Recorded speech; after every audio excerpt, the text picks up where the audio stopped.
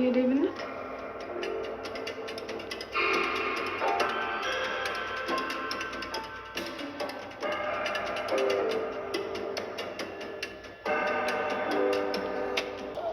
አዎ አደይ። ምንድን ነው እሱ?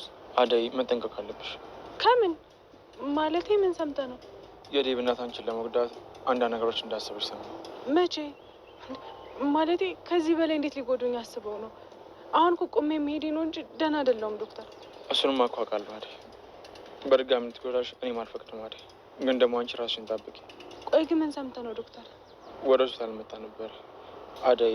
አንቺ እንድትጨነቂ አልፈልግም፣ ግን ደግሞ መጠንቀቅ አለብሽ። ግዴታ መናገር አለብኝ። ለዛ ነው።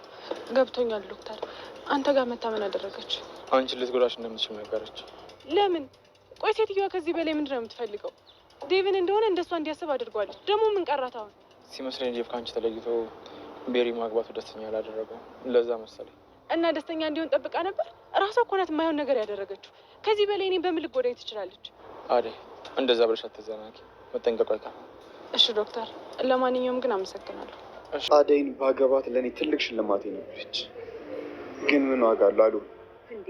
አደይን የገጠማት ከባድ ችግር የዴቭ እናት መርዛማ መድኃኒት ህይወቷን ሊያጠፋ በሚችል ሁኔታ ባዶ ቤት ማንም ሰው በሌለበት መጥታ መድኃኒቱን በግድ ትወስጃለሽ በማለትና አደይን መርዛማ ለመመረዝ በህይወት እንዲተርፍ ላለማድረግ እንዲሁም ገና በማን ቤት ብላ የዴቭ ሚስት ትሆናለች፣ የልጅን ህይወት ታበላሻለች በማለት በመጠርጠርና በመሸከክ አደይን አደጋ ላይ ጥላታለች።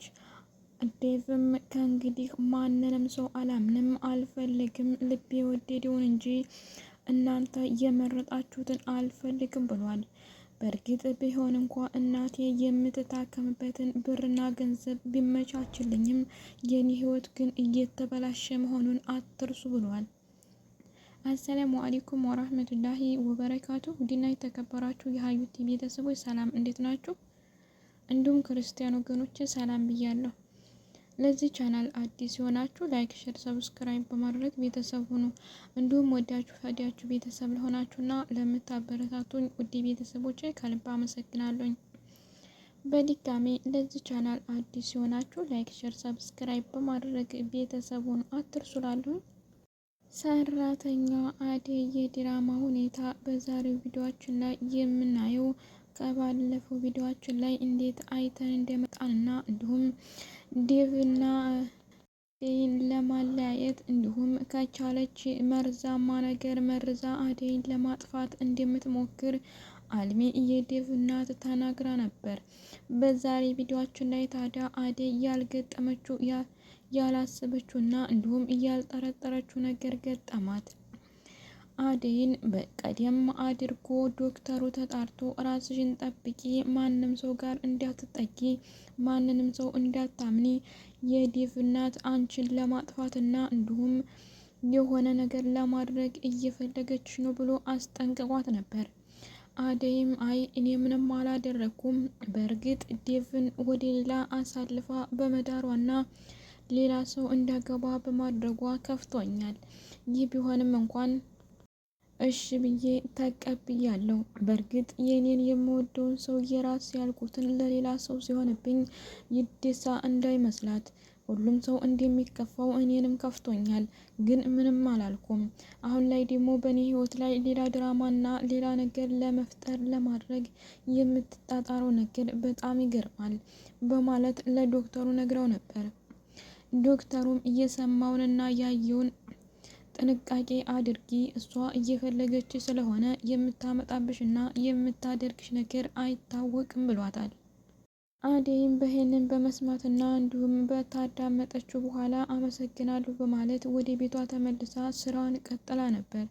ግን ይህ በፍጥነትና እንዲሁም ደግሞ በችኩል ይደርስብኛል ብላ ባላሰበችውና ባልጠረጠረችው ሁኔታ በዴቭ እናት ከውጭ ባልታወቀና እንዲሁም መርዛማ ህይወቷንም ሊያጠፋ በሚችል በመርፌ ለማስተላለፍ ልትሞክር ወደ አጠገቧ ስትመጣ አየቻት።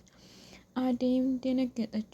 ምን ሊፈጠር ይሆን? እንዲሁም ዶክተሩ ያለኝ በእርግጥ እውነታማ ሆኖ እኔን ለማጥቃት ልትሞክር ይሆን እንዴ? በማለት በሽካኬ ቁማ የድሮውንም ያላትና ያሳለፈችውን ነገር አስታወሰኝ። በደቂቃዎችም እየቀረበች እየተጠጋቻት በእጇ ያዘችውን ፊት ለፊት ለማሳየት ሳትሞክር ወደ ኋላ ደብቃት ስለነበር ግን ምን ይዛ ይሆን? ስለታማ ነገር ይሆን ወይስ ለምን ይሆን እያለች በሽካኬ ሰወጥራ ስትጨነቅና ስትጠበብ ነበር። አደይም ይህ ነገር ሊሆን የሚቻለው በምን ምክንያት ነው? ዴቭን እንደፈለገችውና እንደመረጠችው የሌላ ሰው አድርጋለች።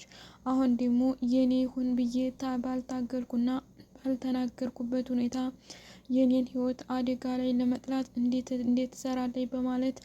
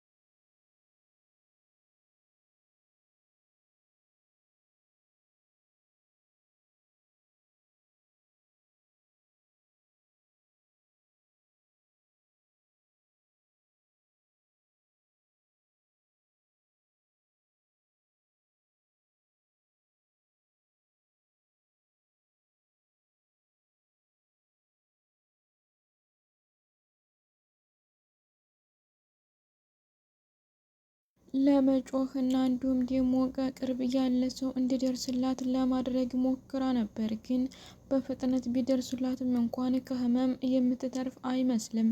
ለምን? የዴቭ እናት ስትገባ ተጠንቅቃ አስባበት ስለሆነ። ይህ ነገር ከዲጃፍ ስትመጣ ዲጃፉን ማንም ሰው እንዳይገባ ዘግታው ቢሆንስ? ዴቭ ግን ከመጀመሪያውንም እየሸከከና እንዲሁም እየጠረጠረ ነበር። ይህ ሊሆን የሚችለው እናቴ አሁን ላይ አደይ ጋር ከመቆምና ከማወራ ሰዓታትና ጊዜያቶች ጀምራ በጣም እየተቆጣችና የማይመቻት ሙድ ሆኗል።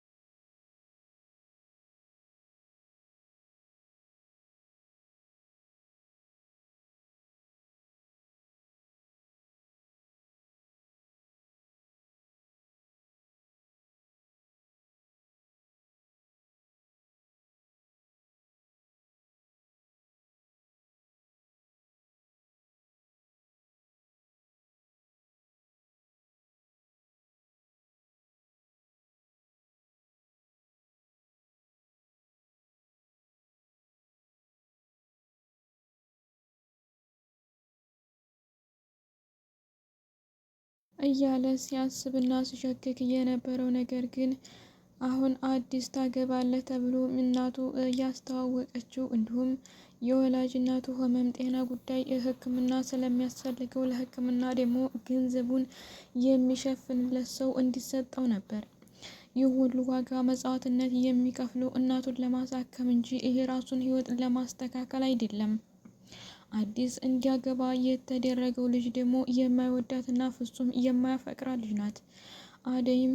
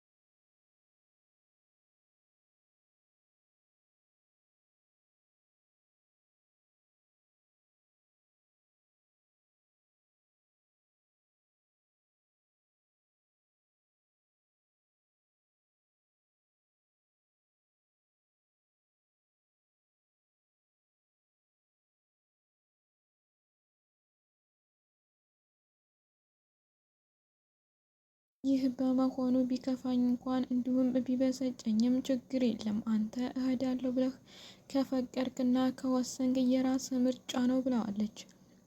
በእርግጥ ማንም ሰው መሄድ ከፈለገና ማንም ጋር መጠጋት ካልፈለገ ግዴታ የመያዝና የማስገደድ ሞራል ማንም ሰው አይኖረውም።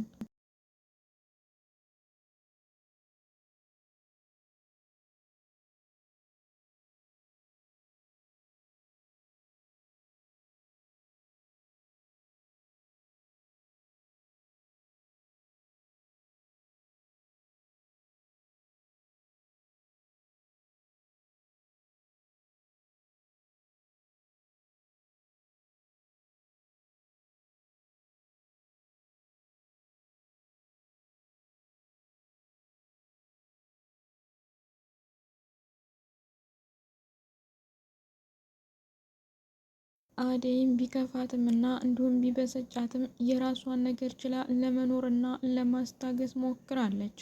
ይህን ያደረገችው ደግሞ ዴቭን ጠልታ ወይም የሌላ ሲሆን ደስ ብሏት ሳይሆን የራሷን ሕይወት ለመጀመር ግዴታ ስለሚያስፈልጋት ጥንካሬዋን መርጣለች። በዚህ ጉዳይ ግን ሕይወት የራሷን እየመራች እያለ የዴቭ እናት አልሚ ግዴታ አደይን በዚህ ጭካኔና አረመኔ ልክ መዝኖ መጣላትና በህይወት እንዳትኖር ለማድረግ የዚህን ያክል ርቀት መሳብ አያስፈልግም ነበር። ነገሩ ሲጠናና ሲከር ግን ዴቭም በራሱ ህይወት ወስኖና ምርጫውን የራሱ አድርጎ ወደ ዴቭ ሲመለስ ዴቭ ስትመለስ ምርጫው አደይ ልኮን ትችላለች በማለት ነው። በእርግጥ ዴቭም የሚወዳትና የሚያፈቅራት አደይ ነው። ስለዚህ ሊመለስ ይችላል በማለት በመሸከክና በመጠርጠር ይህን ያክል ጭካኔና ግፍ አልሚ መፈጸም አልነበረባትም። ዴቭም ደግሞ ከማይወደውና ከማያፈቅረው ሰው ጋር መኖር አስፈላጊ አይደለም። ውድ ቤተሰቦች ስላዳመጣችሁኝና አብራችሁ ስለቆያችሁ ከልብ አመሰግናለሁ። በሌላ ቪዲዮ እስከምንገናኝ መልካም ጊዜ እያልኩ ለያችኋለሁ። አሰላሙ አለይኩም ወራህመቱላህ